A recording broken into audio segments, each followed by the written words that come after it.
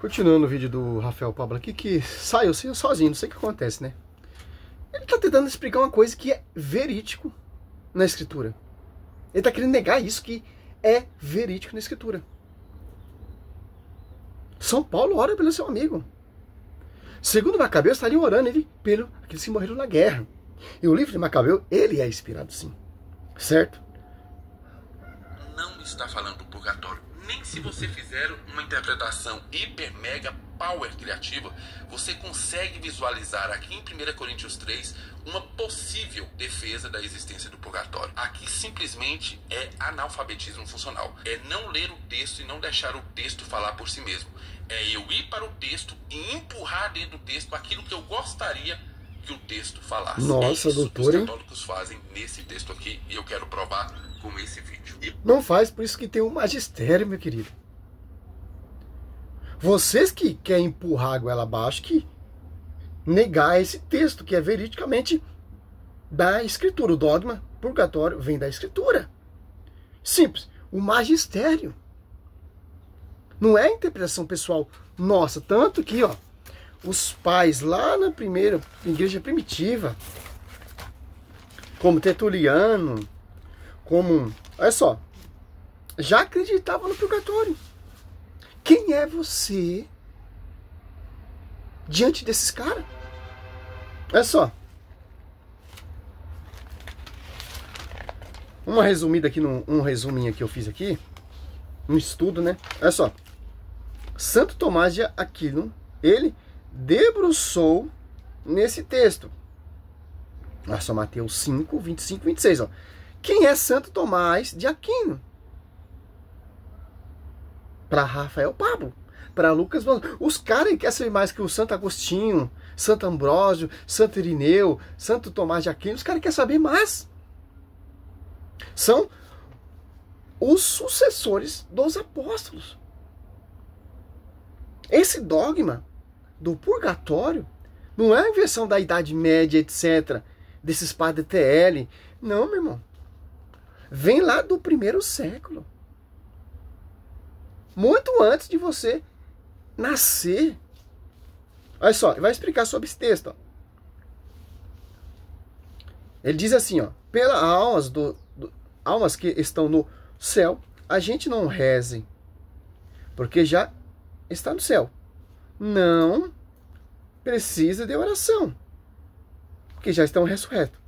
Chegaram à perfeição, Hebreu 12, 22, 23, certo?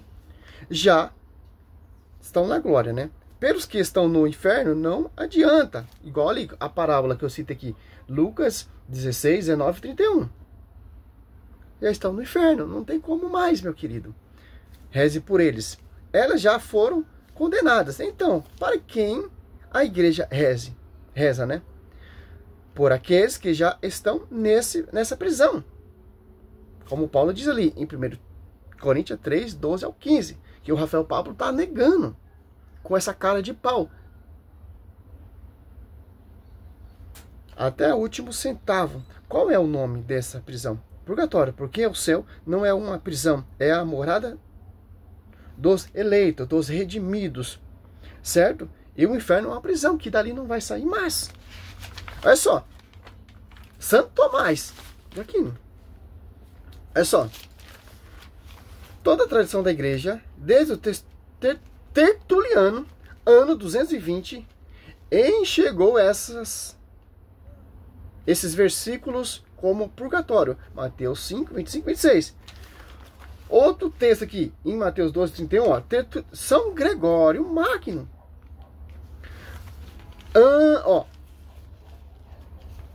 São Gregório Magno, ele escreveu um escrito lá no ano 593 da era cristã, falando do purgatório.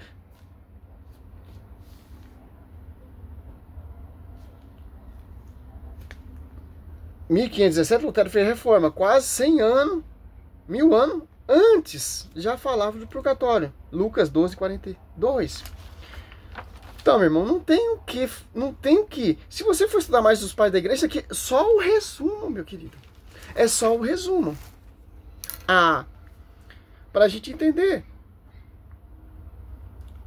Nós usamos Bíblia Porque o purgatório, os dogmas, a doutrina católica, as após 242, ela segue de acordo com a Escritura.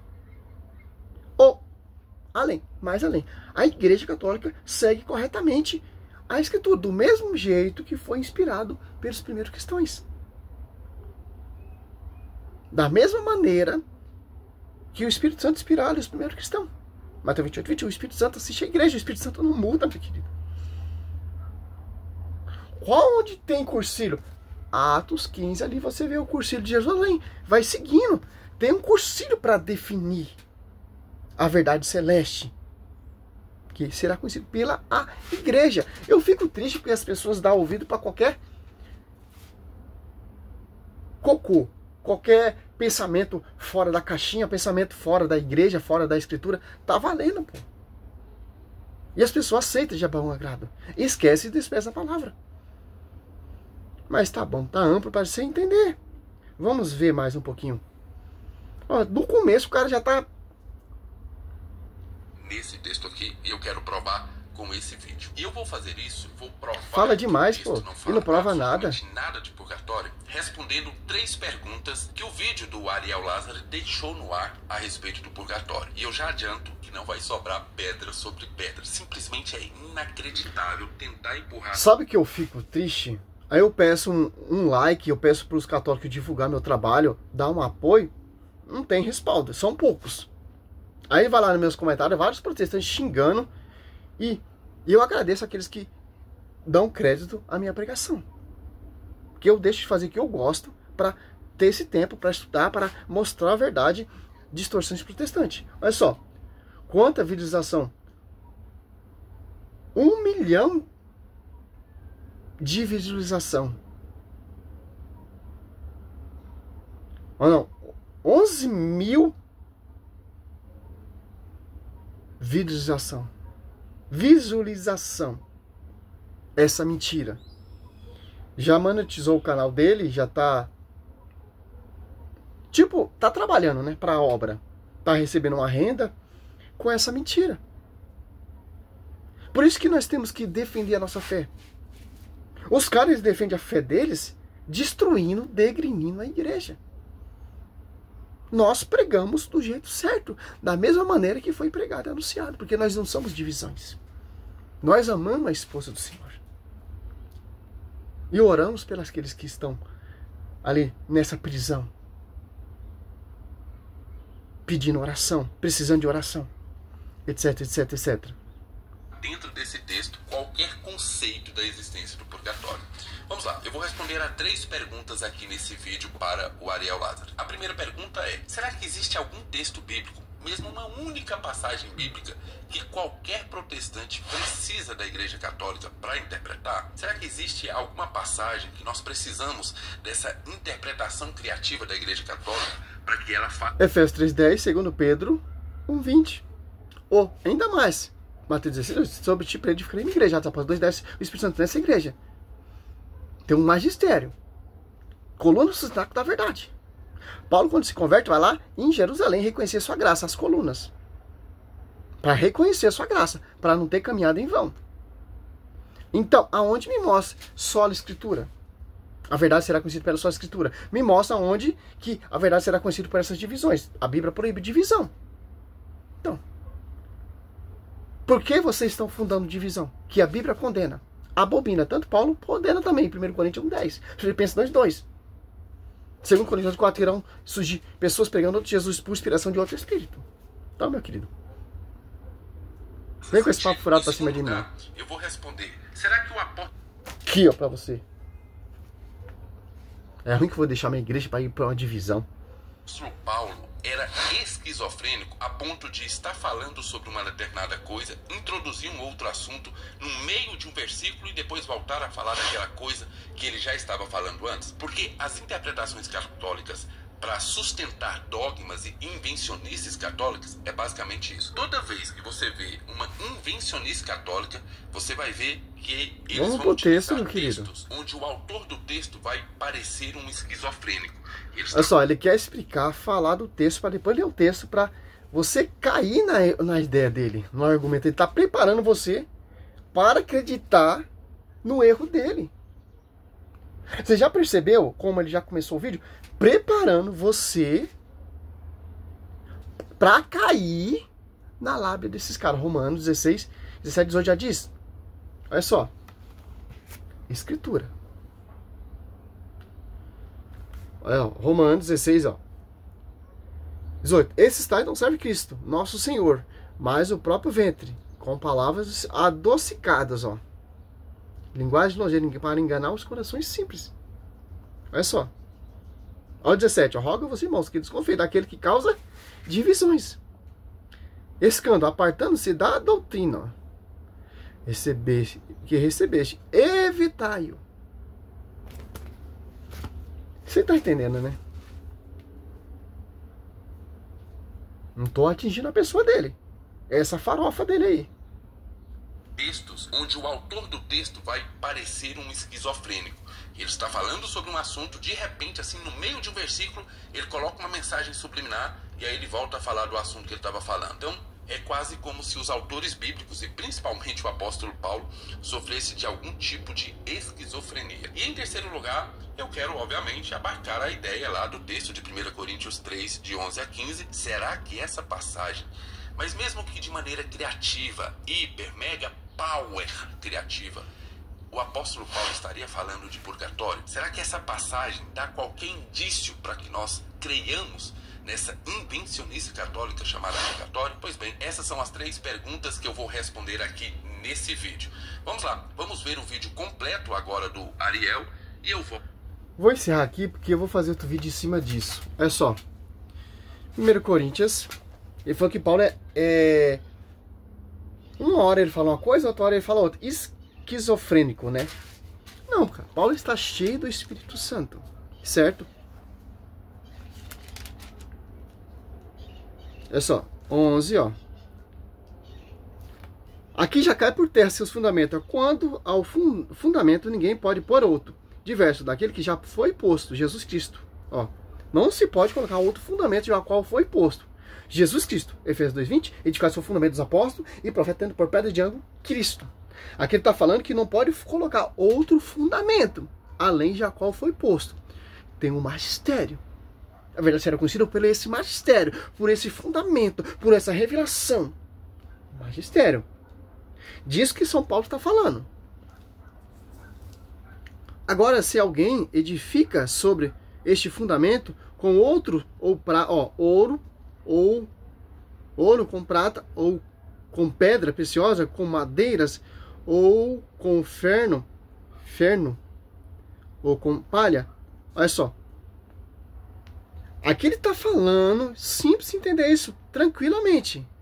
Está falando das obras, desses operários, desses fundamentos, que são os apóstolos que estão edificando o fundamento. Ele está falando deles, edificando a esposa do Senhor, edificando a igreja, com uma palavra, com uma obra, certo? Olha só, ao 13, ó. Agora ele fala aqueles que vão receber essa recompensa, que é a glória, que é o céu, e aqueles que não conseguiram alcançar 100% da graça. Irá ser salvo, mas passando pelo o fogo. Porque essa obra, por exemplo, eu, Sérgio Roberto, estou vivendo na santidade, buscando o Senhor 100%. Lá no finalzinho, essa obra queimou.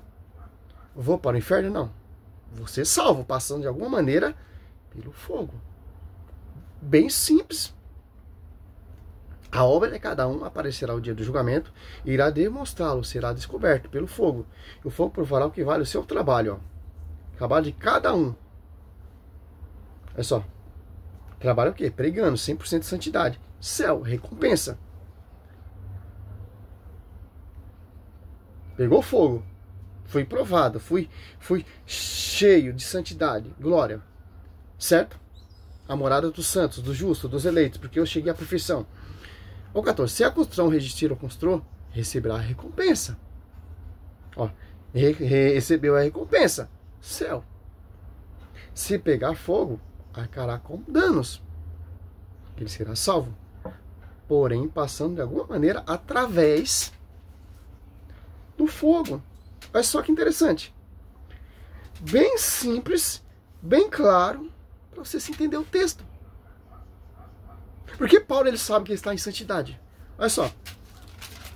Se você prestar atenção em Coríntios aqui, ó. Coríntios 1. Olha só. 5. Nele foste ricamente contemplado com todos os dons, com a da palavra e os da ciência. Tão solidamente foi confiado em vós. Testemunho de Jesus Cristo, ó. Cheio de sabedorias.